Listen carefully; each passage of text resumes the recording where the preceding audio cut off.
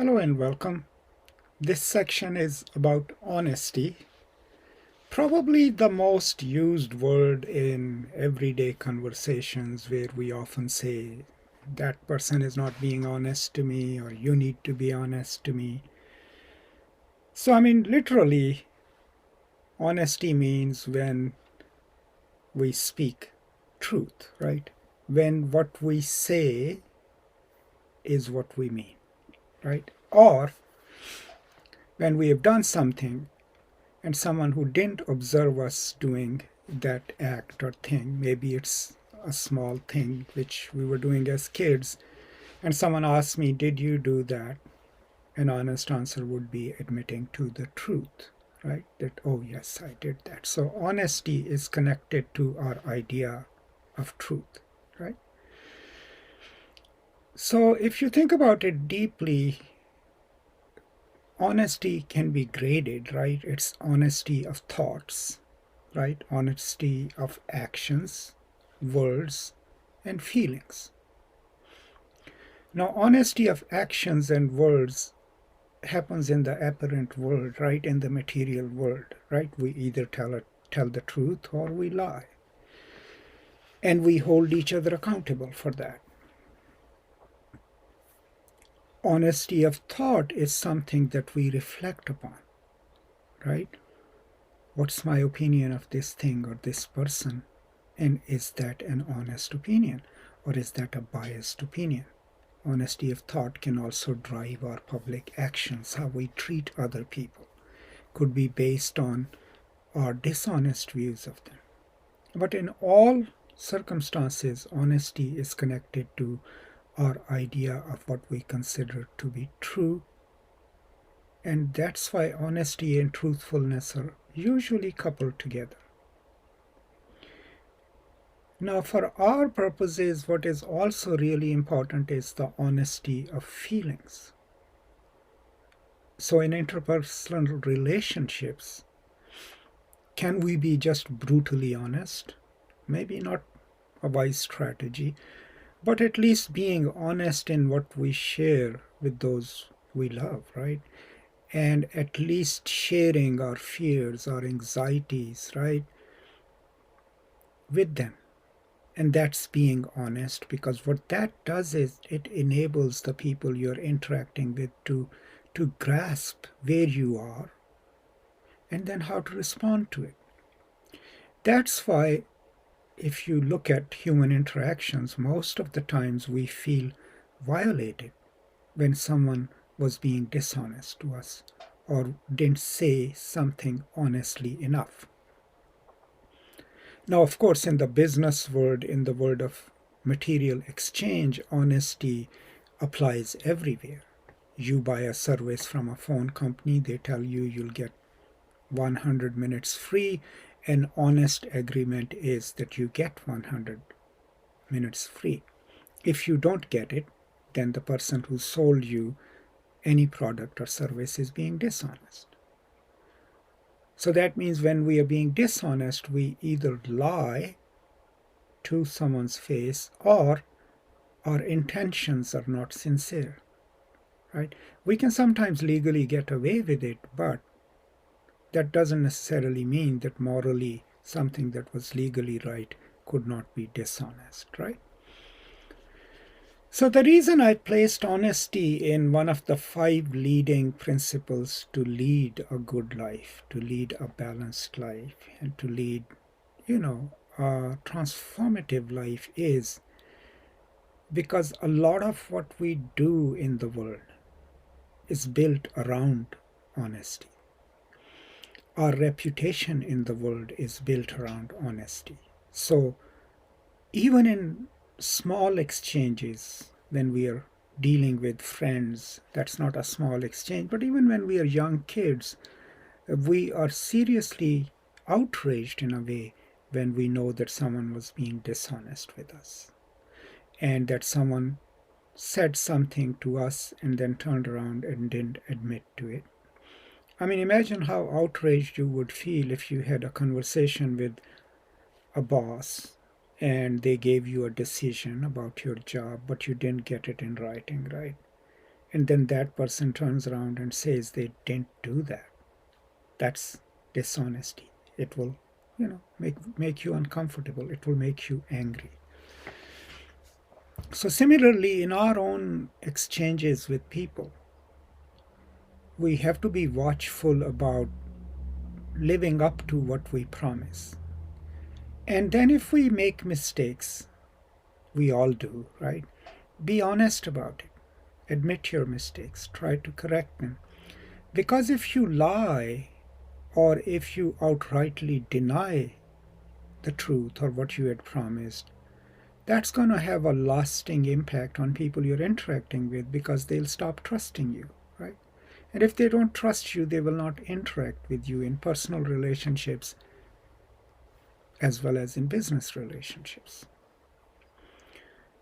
In terms of business, I think the best practice of honesty I experienced was in 1990s. I was in Japan, and I went to Akihabara, right, a place right next to Tokyo where you could buy used electronics.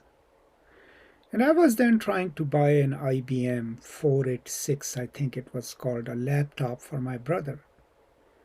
And I looked at these Toshiba laptops, and their prices were varied, and they looked the same to me, and maybe had the same functionality.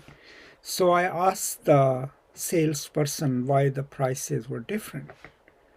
And the tags were in Japanese, and even though I know Japanese, I can't read kanji. So the salesperson explained to me is that the prices are connected to what kind of guarantee can they give on a computer. If a computer is going to have problems, it's priced lower, and the problems it's likely to have are listed there. And as the prices go up, they finally put their guarantee behind it and say this computer is not going to give you any problems. So it was right there in the most industrialized, one of the most industrialized nations in the world, a nation which coined the term economic superpower, right? The business was built upon honesty to the customers, because they knew that their reputation depended on it. And if you look at the Japanese culture, generally speaking, Japan is probably the only country in which you can buy a car from a car salesperson and trust them, right? So these are like in the business world, especially now, if you're not honest in your declarations, if you're not honest in what you're selling or what you're offering, people will find out. And then now in the world of Yelp and other reviews, it's very easy for them to at least leave a review and tell the world you weren't honest with them. And think where your reputation would be as a business if you get 1,000 reviews telling the potential buyers that you're not honest, right? Now, in terms of interpersonal relationships, which is slightly more important thing for me, being honest to those around you, your parents, your children, your loved ones, your lovers, is crucial. Because when you're being honest to them, first of all, you will build trust.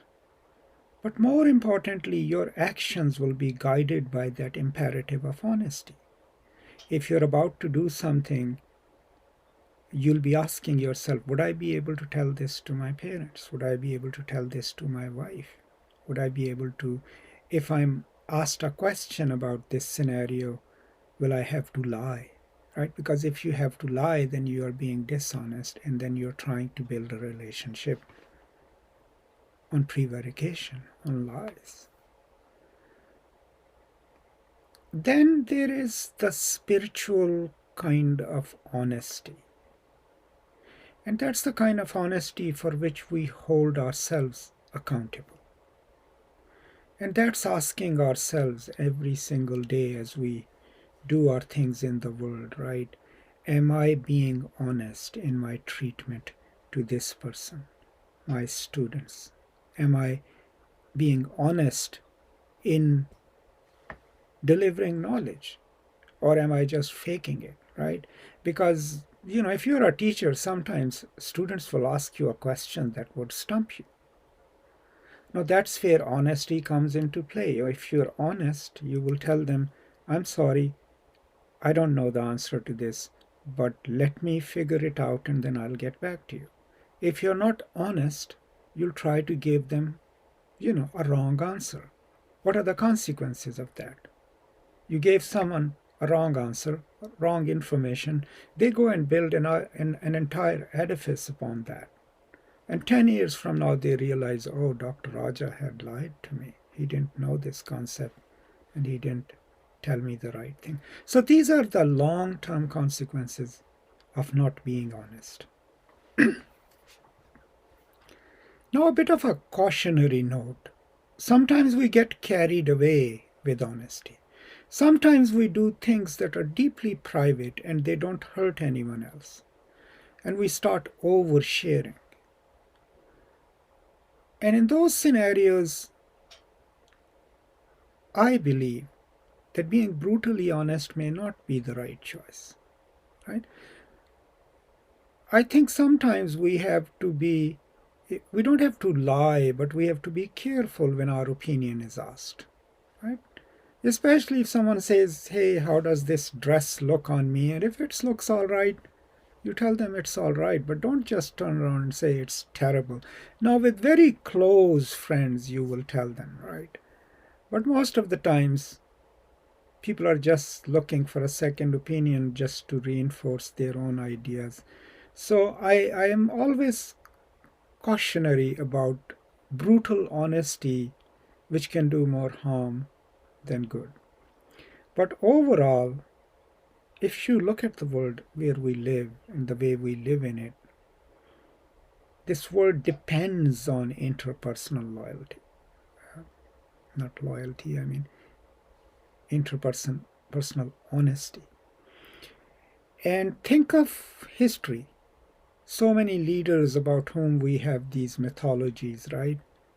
Honesty is one of the important ingredients for them to be great. George Washington, remember the stories? That he never lied, right? If you go to the Islamic tradition, Prophet Muhammad was called Sadiq and Amin. Sadiq, the truthful, and Amin, who, when you gave something in his care, will become the perfect custodian of it. These are the two qualities that are associated with him, and which incidentally are in Pakistani constitution, that a leader has to be Sadiq and Amin. So what that means is that honesty also gets connected to public trust. So if you're a politician, you have to be honest with people. Now, I understand that in real politics that may not be a good policy for certain people, but if you are seeking people's votes, you have to honestly tell them who you are, because you want them to vote for what you stand for, right? And so we seek that honesty amongst those we elect as our leaders. We seek honesty from our elders. We expect it. Similarly, if you are a parent, you seek honesty from your children. And the thing is, teaching your children to trust you with truth and to be honest with you and to tell them they will never be blamed for being honest is a good policy, because they are children. If something is happening wrong in their life, you should be the first person they should come to share what's going on in their life. Because if you haven't trained them to be honest, and if they're afraid of sharing their anxieties and fears with you, where are they going to go, right? And so that's the value of honesty on a micro and macro level, in my opinion. And deep down, we all know that if we were all honest and truthful to each other, if we made our transactions honest and our interactions honest, we will be living in a place, where pretty much everyone gets justice, right? And feels not slighted, and feels valued. So, based on all these little things and big things that I just talked about, I consider honesty to ourselves, to others, honesty of our words, honesty of our actions and our thoughts, one of the 5 most important things that decides our humanity and that makes us into the kind of people who can be rich spiritually and be transformative in the world. So these are some of my few words on honesty.